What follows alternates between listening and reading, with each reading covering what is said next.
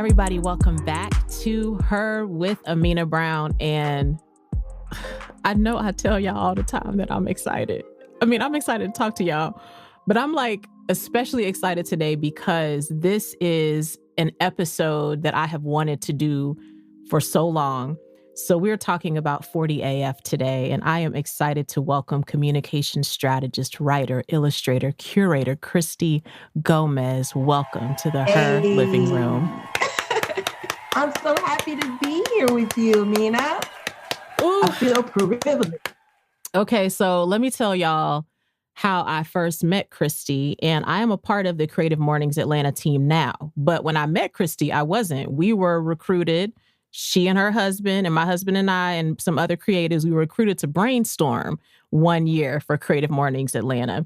And as soon as Kristy and her husband walked in the room, I was like, those are my people. Like, they don't know me and I don't know them, but like, I'm just looking at them and like, I could tell by the way they dress, the glasses, the jeans, everything. I was like, those are our people and I need to know those people. So I don't know what I said, but I went over there and we did an introduction. We talked hip hop. It was like, I was like, yes, these are my people. This was great. This led to me having coffee with you, Kristy. And you probably remember this. We met up at a coffee shop when you could do that in the before times. Yes. Right. You can still be around people. Yes. And breathe their air and not be like afraid of everything. It was a beautiful time, everyone. Okay. So Kristy had invited me to meet her for coffee on what I didn't know was your birthday. It was your birthday that day, I think. Aww. Yeah. So you were like, I don't have a whole lot of time, but let's still like have some coffee until my husband and my son come and they're going to take me, celebrate my birthday. So you and I were chatting, talking about career trajectory. And I was at a big crossroads in my career at that time. I was predominantly performing in white, conservative, evangelical environments at that time. And I was describing that to you and just telling you how I was feeling really dissatisfied with it. And I was telling you all the things that they wouldn't let me do. And you listened and then you said, do you mean the things that you are allowing them to not let you like be your full self? You're allowing that? And I don't know if y'all have ever had a coffee with somebody like that, where like you was like, oh, I thought we was going to have a latte. I didn't think you was going to get into my business, like my business like that. I didn't think he was going to drag my whole life in that moment. And basically, y'all, Kristy was like, okay, well, it's been wonderful talking. I'm sure we talked about some other things, but this is how it felt in the moment, right? I'm sure we chatted, but it basically felt like she was like, get your life. Okay, well, here's my husband and my son. I'm going to go celebrate my birthday. And I was, there in the coffee shop, just, grabbing my laptop and my dignity, my assumptions about my life. I was grabbing all my things. But one of the reasons why I wanted to talk to you about 40 AF, Kristy, is because there was something very empowering about what you were saying to me. And so it wasn't hurtful to me that you said it.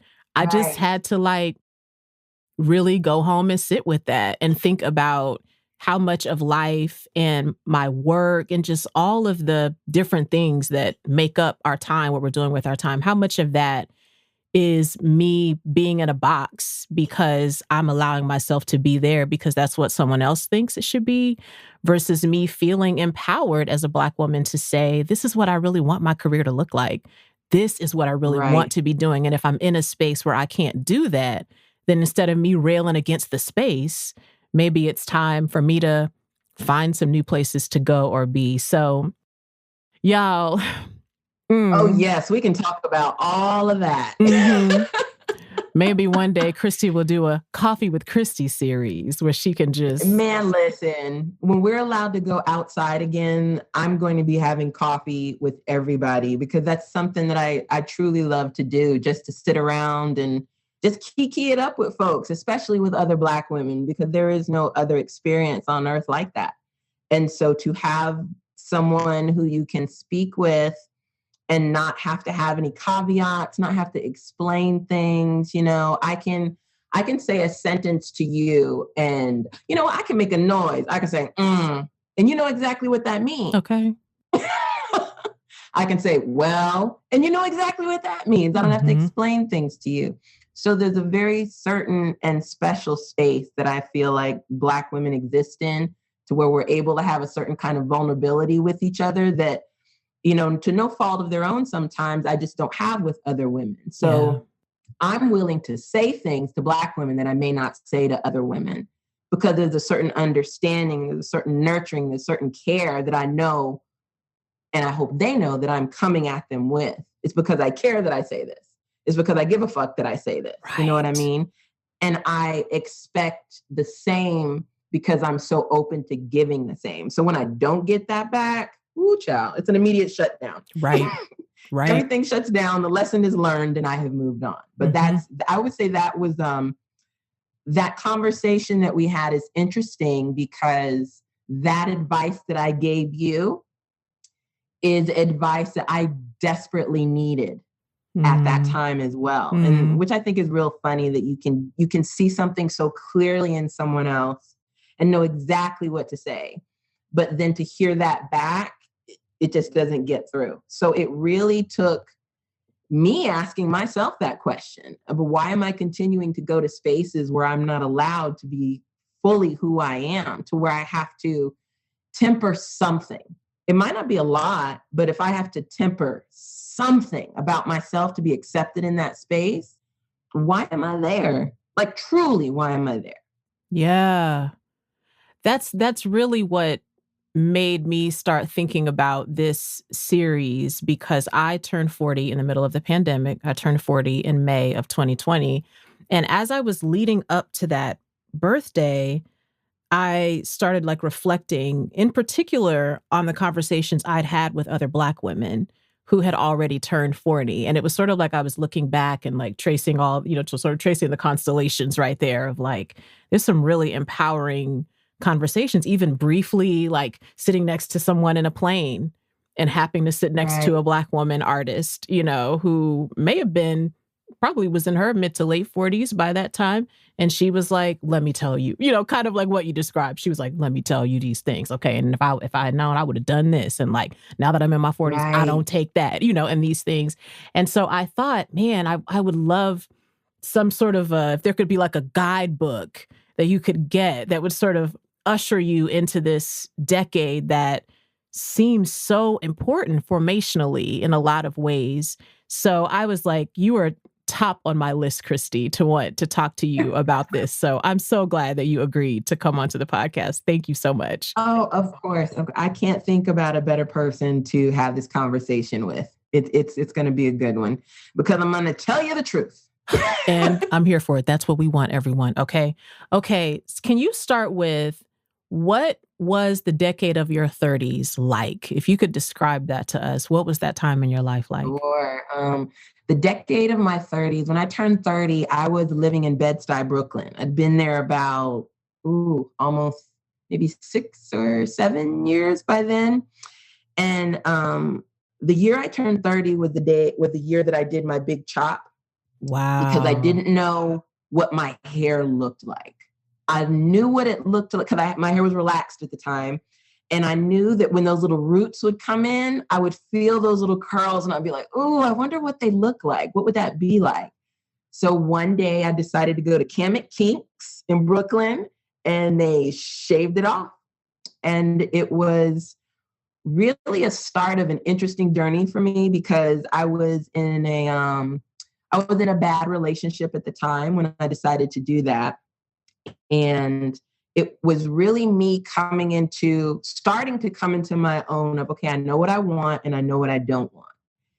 And during that period of time was when George and I started getting together. We were always friends at the time. George, my husband now. And while I was in this bad relationship, he and I were building our friendship, completely platonic. We were friends. But I was definitely attracted to him. He's real cute. So we started kind of orbiting around each other in a friendship space. We have a lot of similar friends. And then he got wind that my relationship wasn't that great. That the guy wasn't really, treating me as he should have. And he was like, you know what? I'm going to go get my girl. That's what he likes to say. He was living in LA at the time. He was managing a couple of different bands, but he and I were friends. And he was like, I want to go back home anyway and she's there too. So let me just go ahead and go.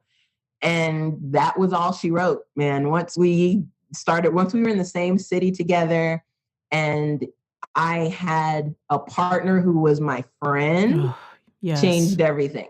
2 years later, we were pregnant. It be happening sometimes. It be happening. I mean, babies be happening. It was Valentine's Day. What are you going to do? So when I was 32 was when I had my son. And from there, it has been a whirlwind. It has been a whirlwind of figuring out what that means to be Kristy, what that means to be a mother, what that means to be a partner, how each of those things can exist individually and in the same person. Really understanding that, no, we're still in my 30s. Some of these realizations I came to in my 40s. I'm not going to even front like I knew this stuff in my 30s. But in my 30s, I really struggled with what I wanted to do versus what I thought I needed to do to make money, you know? And I mean, we live in a capitalist society. So there's certain things that you have to do to make money. And going after jobs where I was going to make a lot of money was feeling good for a little bit until it would start to not feel good anymore. And it would start to not feel good because what I realized is that I wasn't really doing what I wanted to do. I was doing something I was really good at, but I wasn't doing what I wanted to do. When I was in college, I went to school to be an artist. Wow. I wanted to draw. I wanted to paint. I wanted to do all the things. And then I got a really bad critique in one of my art classes. And the teacher said, I don't even know if you should be here. And I took that at face value and thought it was truth and fact and pivoted and went into public relations and communications and writing. Something else that I loved. I love to write. I consider myself a writer, but drawing and illustration is what I love to do. That's what little Kristy liked to do. And that pivot has plagued me my entire life. And it wasn't until my 40s that I realized that I had to stop banging my head against this wall of what I think I'm supposed to be doing, what I've been told I'm supposed to be doing, and doing what I really, truly want to do, and still being able to, maintain my household, still being able to appreciate what I'm bringing to the world and getting excited about what's next, because I truly don't know. I really don't know. I've stopped trying to plan stuff like that. It's so much about this that's a word, y'all. While Kristy's talking, I'm like, I don't want to make too much noise typing notes for my own life. Because I'll keep talking. Okay. I'm like, I'm glad we have a transcript for this so I can go back and reread everything. Okay. So talk to me about when you were in your 30s, what did you imagine turning 40 was going to be like? Because I feel like, I don't remember being a teenager and imagining 20, but I remember being in my 20s and I imagined 30 and it was nothing like what I imagined. And then I remember being in my 30s and still sort of having this idea like, okay, by the time I'm 40, I'll be doing this. And then getting to 38 and being like, oh no, none of those things that I thought that was going to be are about to be that. So what were you thinking your 40s or turning 40 was going to be like when you were in your 30s? I thought 40 was going to be, I would have checked all the boxes. I'd be established in whatever that means. I would have all the trappings of what that means to be an established 40-year-old. I thought I would just feel different. I thought I would feel 40. I feel 20. Like my mind hasn't caught up with the fact that, I'm like an auntie. I guess. Sure, I'll be that. But I'm a dope ass auntie. Like I'm the coolest auntie you ever gonna meet. You wish I was your auntie. Okay. Okay. You hope when you get to be an auntie, you are like this. Okay. Aspire. Please. Aspire to what we have going on here. But I really thought that it would be, I thought that it would be what we were taught when we were younger that it should be. I thought it would be like the women that I saw when I was younger at 40. And it's not. And I wonder, I mean, we live what we're taught, you know, what were they taught? What were they taught that was going to be like? And if they were taught one thing and it didn't wind up being that way, how did they cope with that? How did that manifest for them? Exactly. Because in thinking about how it manifested for me, living in 2020 something and seeing what it looks like now versus what did it mean for women 40 years ago? And was it a lot more difficult for them? Did they have therapy? Did they have groups? Did they have somebody telling them to rest? Did they have somebody saying, take care of yourself? No, they didn't. I feel like a young 40, oh gosh, how old am I? 44. I feel like a young 44. I don't feel like what I'm supposed to feel like, I guess. I don't know. I feel like there's mythology around what 40 plus is supposed to be, and it's so inaccurate. I wish more women now were honest about it. You know, I wish I knew some of these things going into 40. And it kind of harkens back to what I was just saying. It makes me wonder what our mothers and their mothers knew, because nobody told me. My mom didn't tell me half the things that are going on right now. It's been my girlfriends who are older than me that are like, let me tell you what's coming. Let me tell you this is normal. Let me tell you that is normal. Let me tell you you're going to feel this kind of way and that kind of way. And it makes me, I feel like it's allowed me to ease into this space a lot more gently than I would have without knowing some of the things that were coming. Yeah.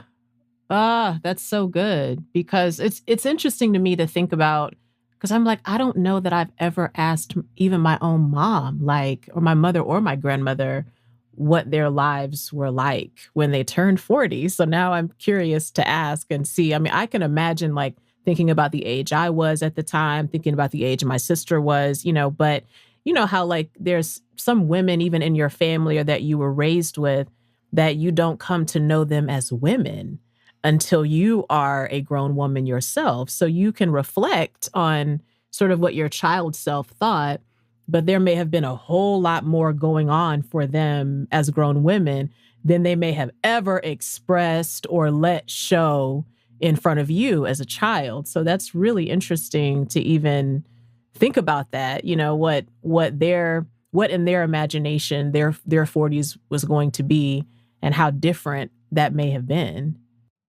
And what pressures did they have on them at that time?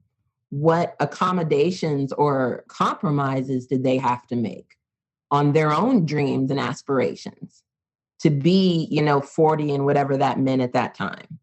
And I feel like I personally feel like, and maybe that's just a privilege, is that I feel like we do have more room to kind of create that space for ourselves. I feel like now that we're demanding more of that space because everybody else demands it. Everybody else does what they want. Everyone else says what they want. Why aren't we allowed to do that? Because what? Because we're Black women and because we got to take care of everyone else and make sure everybody else feels okay. And no, I'm not going to continue to deprioritize what I want. Ooh. For me. Y'all, I need a gavel. I don't have. I realize I want to be the priority. I need a gavel right here, because the other thing that's interesting also as far as how I've come to view youth differently as I've gotten older is in my mind when I was younger, it was like 50 was like, that's when you become a grandma, 50. But now I'm like, I look at Regina King, Regina Hall, you know, I'm looking at so many Black women in their 50s and I'm like, well, I just got here to 40s. And if that's 50s, okay. Right? Yes. Well, that looks fantastic and fun. Let me do that. Like when Regina Hall did a birthday song video. She had like the sweatshirt hanging off the shoulder. And I was like, I want with this. With a little loose curl. Yeah. I was like, I want this. That's a life I want to have. Okay. Yes. Thank you, Regina. We love to see that. I guess I can see myself in that. Absolutely. But that's a wonderful point, is that you see these women that are 50 and you're like, that's not what 50, that's not what I was told 50 was. So I love that there are more women that are like, yeah, I am 50 and look at all of this and you can do it too. Okay. Because the lie has been, especially in Hollywood, you reach a certain age and you're put out to pasture. It's like, well, you can't do anything now. What are you here for? And it's that whole thing, I think, where you were going in terms of seeing youth differently. Like, you don't, I can't remember who said it. I think it was Fran Lebowitz, who has this wonderful show on Netflix right now. And she was talking about age. And she was like, at a certain point, you know, you don't realize that you're going to change physically as you age because no one wants to talk about it. Because if you talk about it, you're acknowledging that it's happening to you. But for me, it's like, why wouldn't we talk about it? Because if you're denying what is coming, you're setting yourself up for failure. I mean, the way I look now, I'm not going to look like that in 10 years. So the sooner I start shoring up the stuff about me that has nothing to do with my physical appearance, I mean, I'm going to be better for it. Like we were talking about at the beginning of this call, during 2020, not having to be on as much, not having to go to a bunch of meetings and dress up and this stuff. I've left myself alone. I've stopped a lot of the accoutrement that I put on that I feel like I have to present to the world. Skin is popping now. Hair is growing now because I'm leaving it alone. And it just makes me wonder how much better would I have been if I just left myself alone and stopped trying to stop the inevitable. Right. Like the process of acceptance. What's the alternative to aging? It's finna happen. It's finna happen. There's things you can try to do, but you can't. There's some parts you just can't. There's some parts that are gonna be like, baby. You can try all sorts of things. You can string me up, you can pull me back, but I'm out here. That's it. You can hoist me. Okay. But I am out here. Like, y'all, I was telling Kristy before this call that one of the things I've discovered in my 40s is that when I gain weight, I'm going to gain it in the chest. Well, I didn't know that when I was 25. I didn't know that when I was 30.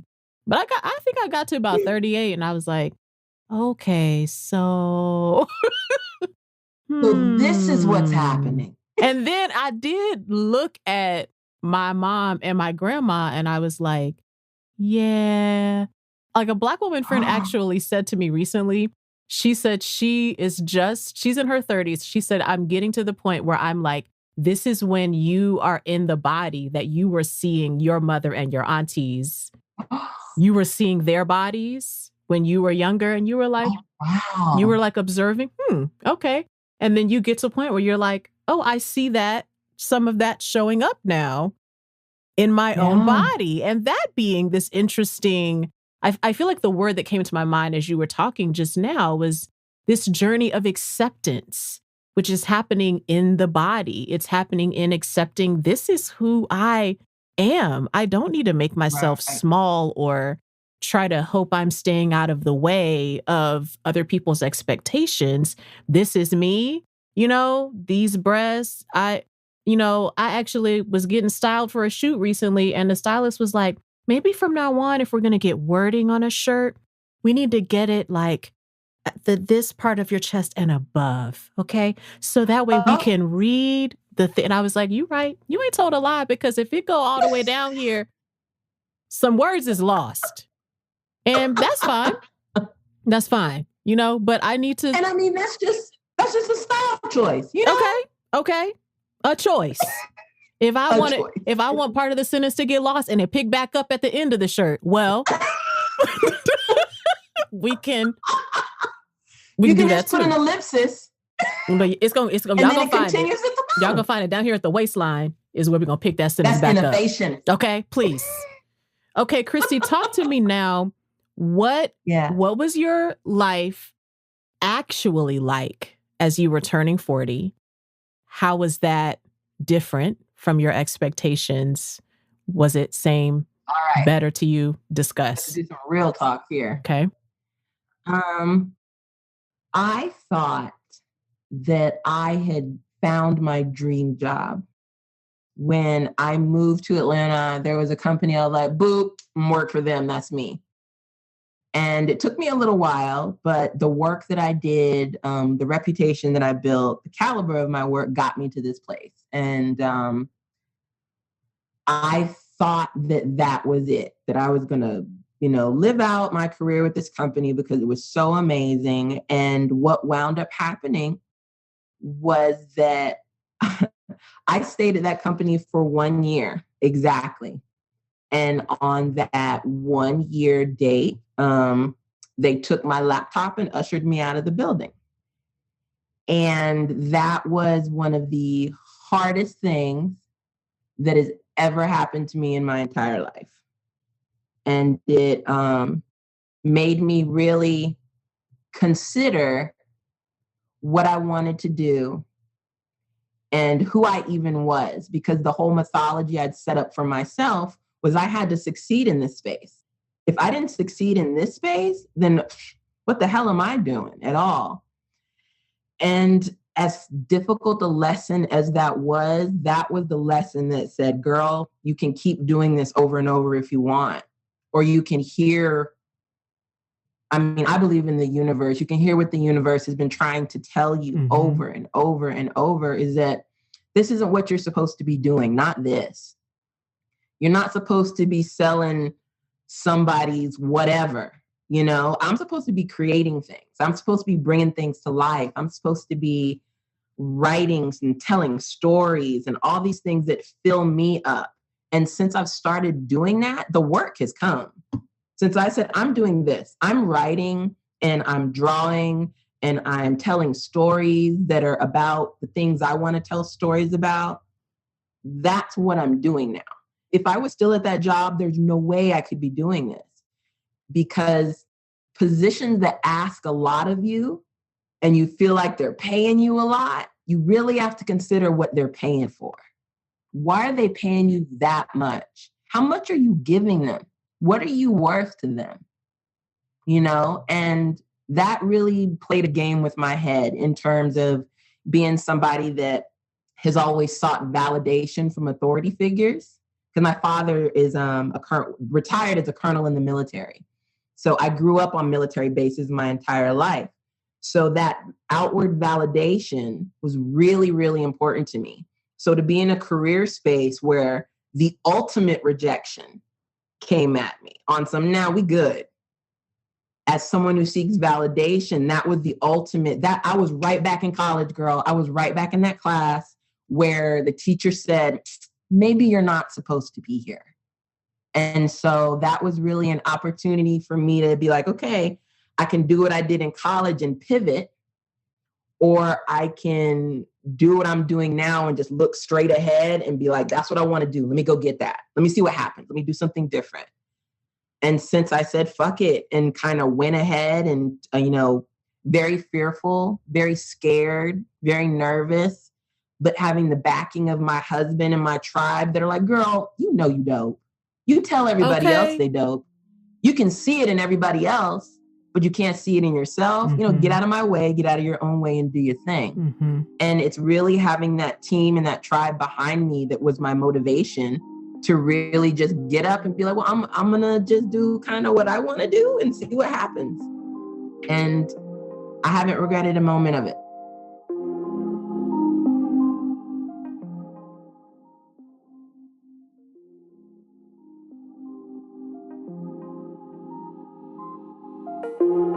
It was so hard, Amena. It really took me a year and a half, maybe more, to get to a place where I could even think of myself as being someone worthy of being hired to do anything. Right. Because that whole validation thing is, outward validation thing is a really hard thing to go through life with. And I feel like a lot of Black women, especially, we seek that validation without knowing that's what we're doing. Getting that praise, getting that accolade, getting that job, getting that whatever. It's like, okay, well, all this bullshit is worth it. So let's just forget all the bullshit and let's go forward. But you have to pay attention to what the bullshit was, because that was there for a reason too. And for me, the bullshit was just like, girl, you don't want to be selling X, Y, and Z's widget or their whatever. That doesn't feed you. So I'm not telling anybody to quit their job or doing whatever they're doing, but make sure that that's not where your value sits in terms of what you do. Yeah. You are not what you do. Mm-hmm. You are you. Mm-hmm. That's what Toni Morrison said. Mm-hmm. You're not the work that you do. And we've been taught that it is, and it's not. Mm-hmm. It's who you are. It's who you love. It's who you nurture. It's who you make an impact on 5 years ago and don't even know that you did. I had no idea that conversation that we had did that for you at all. Because I see you doing all the damn things, taking your career. I remember when we talked about this. Now that you've brought it up, it's making me remember, because you were questioning so many things. Is this what I want to do? Do I want to do it like this? Do I want to look like this? Do I want to present like this? And all those questions, I feel like all those questions are just the universe being like, ask more. Okay. Ask more, because you're going to come to it. Ask more. Yeah, I'm going to stop talking because I'll keep going. The jewels are here, everyone. I hope your hands are, if you're driving, don't do that. But otherwise, if you're not driving, I hope you're receiving the jewels, because I'm so, like, the words you're saying are so important, because it even reminds me how I feel like such a central question of my late 30s into 40s was, what do I want? Yeah. And it's not a question that I feel like I was trained to continually ask myself and honor the answer. I was trained to be like, well, what do they want? What would make them feel good? What would make them feel more comfortable? I had all those questions in my mind. But when I got to the what do you want, it's such a powerful question, because I've got to sift through. I had to do a lot of sifting through of like, okay, well, no, it's not what makes them comfortable. And it's not this stuff they said they see about you. And getting down to, this is what I really want to be doing. Yeah. And it does open up this like highway of sorts inside when you can come to it. And you won't just come to it once either. I feel like for me, what was happening in my career was like, I thought 40s was going to be cruise control. That's what I thought in my 30s. I was like, when I turn 40, I'm just going to turn on the cruise control. I'm going to take my foot off the gas. I'm going to coast somewhere. You got it by 40. I've been working so hard. This is my time to rest on my laurels, whatever. And 40 came in like, oh, honey, everything is shaking up. Everything you thought you was going to do, that's not going to be. But this thing you never thought you could do, that thing gonna be. I mean, it's a wild, when I was turning 40 last year, I was like, everything I thought I would be doing, I'm not doing. And things I had just almost written off for myself. Like, I'll never be able to do that. I would never get a contract to be the face of a campaign for Olay turning 40. Like, I wouldn't do that. And then when the contract came in, I was like, you're going to be doing that. You're going to be doing that. Yeah. Which was outside of my like expectations for myself. And that made me think like, why not? I mean, like, one of the things I've been thinking about this year, Kristy, I'm sorry, we letting y'all in on this conversation that me and Kristy will for real be having if we were somewhere. But one of the things that's coming to my mind, Kristy, is I'm thinking about, I want to ask more boldly of life and of myself. I want to ask more boldly. Like, sometimes I'm like, I do ask of myself, and I do ask of whatever things I'm working on, of the creative process. I ask of that. But sometimes my asks are too small, I think. That's what I've been thinking the beginning of this year. Like, is this not a season of time to ask boldly, to expect bold things of life and of yourself, if right? not now, then when? Exactly. And think about your tool belt, your personal tool belt is full right now. It's not completely full because you still got time left. But think about all the tools that you're taking into your 40s now. You can spot the bullshit. Okay. You can smell it and see it a mile away. You know what you don't want. So you're just not going to deal with that. You've avoided that already. And I feel like I'm more open to the possibilities now than I used to be. More open to the possibilities for myself. I'm not limiting myself as much anymore because there were things that I wanted to do that I just thought, well, that's just a dream. That's not, that's not real. That's not something that could happen. And I'm doing it right now, literally doing the dream that I wanted to do.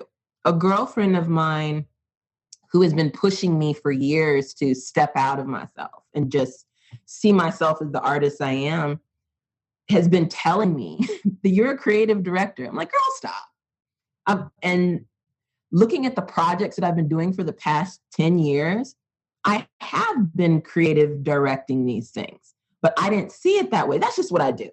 Oh, I did this and I did that. And I did communications for them. And I did this gallery show and I did all this stuff. Like, where did these skills come from? What do you call that stuff? I've been creative directing. Right. Now I'm working on a project where I am the creative director of this whole thing. And it's like, it's so easy, Amena. It comes so naturally. There aren't all these pressures of me trying to be something that I'm not, because I brought my whole self to them and was like, this is me. You're going to get the afro. You're going to get the cursing. You're going to get all of this. And it's going to be dope. Okay. If you let me rock. And they let me rock. And it's been great. But I had to believe that that existed. I had to believe that there were spaces where they weren't going to make me temper anything about myself. That as loud as I am, as funny as I am, all of that, none of that would be tempered. I mean, I was working in spaces where they were telling me that I shouldn't be asking questions because a person in your position should know the answer to that. I was being told, have you sought therapy before? I was being told, this is a privilege for you to even be traveling. So in these kind of spaces, as a grown-ass woman being told these things, and now being in a space where that wouldn't even fly on Slack, doing something like that, let alone in person. Listen, forget Zoom too. You ain't gonna be on there talking crazy either. Hey, and it's just really shown me that there's mythology that we've been sold as far as what this journey has to look like. And it doesn't benefit us because it wasn't built for us. You know what I mean? It just wasn't built for people who just don't fit into a very square space. Not everybody, that's not meant for everybody. And I feel like that we're taught that everybody can fit there if you just, squunch and squeeze and do all these things, but to your own detriment. Making yourself smaller in any space is never going to be a good thing because it diminishes your capacity. Yep. And we have capacity for so much. And I just want to do all of it. And I want all my women and girls to do all of it too. Because there's so much that we're taught that we can't do. And it's a lie. And the sooner we see that it's a lie, the sooner we can pass it on to other women and girls and they can start living fully too. That's what I want. Yo, I am like Kristen Wiig GIF right now. Like if y'all can see me, I'm just fists and teeth over here. Okay. I love it. That's what I have for y'all. I know y'all can't see it, but that's how it is. Look at that. That's what I'm doing right now. You discussed this a little bit, but I'd love to hear a little bit more. When you think about your 40s so far, do you see a theme coming up? Do you see like any type of pattern there as far as other lessons that you're learning, other things that you love about this season of life? One big lesson is acceptance, and that, things are going to be what they are. When you get to your 40s, your body is going to change, not for the worse or the better. It's going to change because that's what happens biologically, and that's okay. And this, pushing against whatever that's going to be, whether you spread here, whether you get smaller there, that is your body that gets you up every single day. And for a long time, I pushed against all of that. I didn't really see my body as a vehicle for me to do all the stuff that I want to do. So I was pinching it or squeezing it or pulling it or something like that. And it's like, why am I doing all that to it? And what really flipped it for me was, what would I tell little Kristy? Would I have little Kristy pinching her sides or trying to suck in her little mama belly or any of that stuff? I would never advise any young woman that I know to change herself in that way. And why am I advising myself that? And so it was really acceptance of, all that's bullshit. It truly is all bullshit. There's a whole industry built around telling us that something is wrong with us. Mm-hmm. Your hair, your eyes, your skin, your body, everything. There's something that needs to be improved. And accepting that, I don't need to be improved. There might be some things that I would like to be better, but I don't need to be improved. So accepting a lot of this stuff about me physically and emotional flaws, personality flaws, or not even flaws, but just stuff about me. I'm hella hard-headed. I am very, very stubborn. Sometimes the lesson has to punch me square in the face before I'll be like, oh, damn, okay, I get it. But that's something that accepting that about myself allows me to avoid some of it. Not all of it, but some of it. I can see that I'm being stubborn for no reason other than I am. And that allows me to be like, all right, geek down, sis. Just do something a little bit different. Yeah. So once I accept those parts about me, it's easier for me to see them as part of the whole, and not just one part of me that I don't like or one part of me that I struggle with. It's, well, her stubbornness is a part of all of her. Her stubbornness is what, makes sure that people don't try to run over her. Her stubbornness is what makes sure that her ideas in a creative director's space are going to be heard and championed the way they need to be. So it's like just accepting the things about yourself and just saying, fuck it. Because what's the alternative? You're going to be raging against yourself your whole life? That's exhausting. For what? Mm-mm. You could be sitting on the beach somewhere with your belly out, getting brown. Come on. And ain't nobody thinking about you. that part, really. That's the other thing. Ain't nobody thinking about you. No. Mm-mm.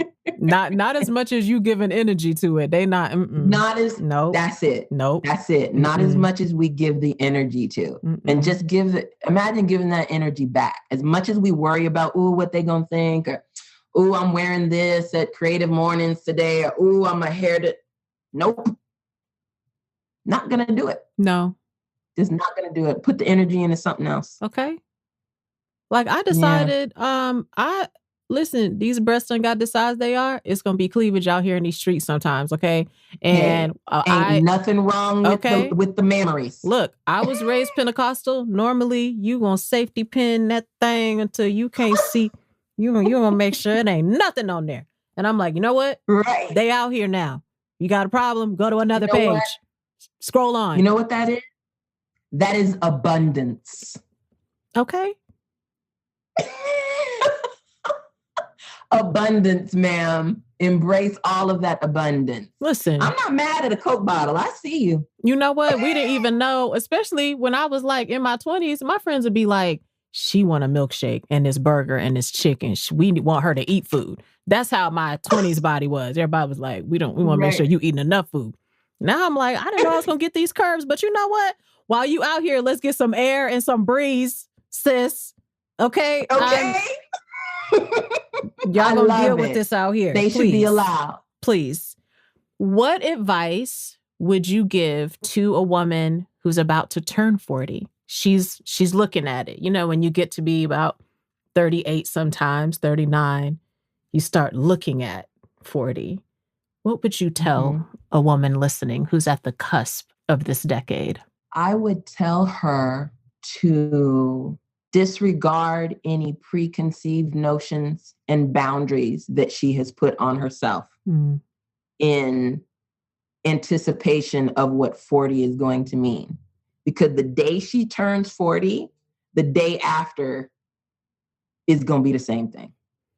So this, oh my God, I'm going to turn 40, she's going to be disappointed because 41, 42, you get to do more, you get to live more, you realize more. So I would ease into 40. I would ease into it gently. Don't put any hard mandates on yourself because it's unfair to put those hard mandates on yourself for a time that you don't even know what is going to come for you yet. 40 may be the decade that changes your entire life, or it may be the decade that, no, it absolutely will be the decade that changes your entire life because you don't know what's coming. Right. And whatever is coming, it's up to you to make it whatever it is. It is truly your journey to write and to map out. And don't believe the narratives of anybody else because nobody can define your narrative but you. And I know people say that over and over and it seems cliche, but it's cliche because it's true. Like truly nobody is going to be able to tell you what you should do or how you should do it, because at the end of the day, the only person that's going to have to deal with it is you. So do what you want to do, what makes you happy, what feeds you, what fills you, and everything else will fall into place the way it's supposed to. Prioritize yourself. I have feelings like I've been in a church service. Like I keep being like, is somebody going to take up the offering? Are the ushers here? I don't know. Like it feels like that. What's interesting about that is that my grandfather was a Baptist preacher, and I grew up in the church and then separated from the church after a while. But the lesson for me in all of that was, again, you cannot believe the mythology of anyone else. You have to believe and follow your own path and your own narrative. Because even in that space, there's certain things that are dictated to you just because. That's right. You need to listen and follow this just because. And for some people that works, and I think that's beautiful, and it does. But for others who may not fit within the confines of a certain system, bumping up against those edges feels really uncomfortable. And I feel like that uncomfort is for a reason. Yeah. There's like some journey in there. When you can allow yourself to sit in it and let it unfold as it's supposed to. Yeah. But Kristy, it's taking that time to sit in it and be quiet and sit in it, and to really, you may hear some things you really don't want to, and confront some things that may be hard to. But for me, it's what's on the other side, and that's acceptance on the other side. That, you know, I'm a hot ass mess, but you know what? I still love all this messiness because from this messy, you're more than just your mess. You know, there's so much more to you than just the things that you see as your mess. Let me say it like that. Because I know what I see as my mess, other people probably don't. They see that as, oh, that's Kristy's creativity, or that's what makes her this, that, or the other. So don't believe your own mythology either. Right. Yeah. Kristy, I knew it was going to be great. Like, I knew it was going to be great. And it was even better than I could have imagined. I could literally just sit here and talk to you. Seriously. Just for hours. Just keying it up and talking. And then I can use big curse words. I didn't want to say any on your podcast. Look, I welcome all the words we need to express ourselves. I just, you know, if I have to put a little E on it, I do, because my mama be listening, but at least she'll be warned. I'll be like, we on here talking grown, Mom. It's an E there. My bad, Mom. Okay, you be all right. You be all right. She know those words too. Yeah, she do. She probably taught them to you. Okay. I learned from the best. Kristy, oh my gosh. Like, tell me, how can the people stay connected to you, stay connected to your work, You are a creative in a family of creatives. Tell me more how the people can stay connected with you. Sure. They can follow me and my creative family on Instagram at That Gomez Life. It's my husband, George, my son, Elijah, who is the star of the story, as I call him, and then me. And as a family, we create together under the name Gomez. And we're just, out here living that good COVID life and just creating things together as a family right now. And you can follow me on Instagram at BK Magnolia. And hopefully I will, see you in the streets of Atlanta when we're allowed to be out again. Because that's one thing I do love about this city is running into people just at the most auspicious time, just being surprised. And I really just miss that a lot. So much. Kristy, thank you for joining me on the podcast, for sharing your story and your wisdom, for standing up into your truth, sis. Thank you.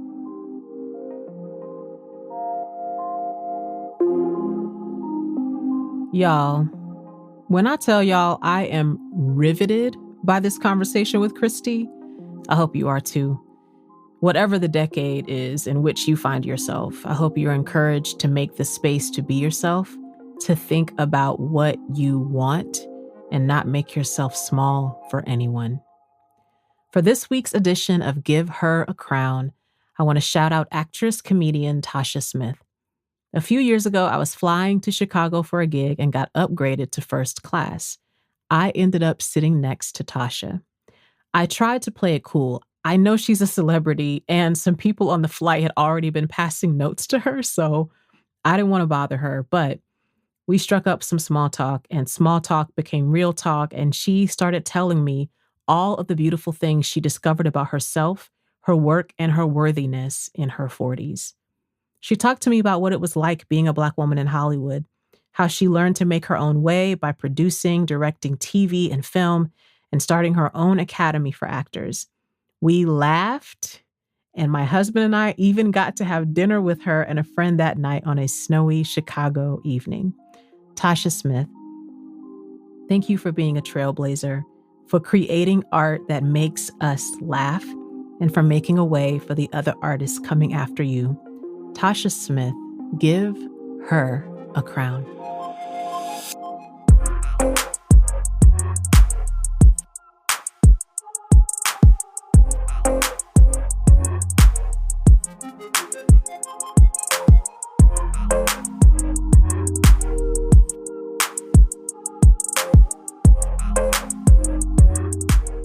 Her with Amena Brown is produced by Matt Owen for Soul Graffiti Productions as a part of the Seneca Women Podcast Network in partnership with iHeartRadio.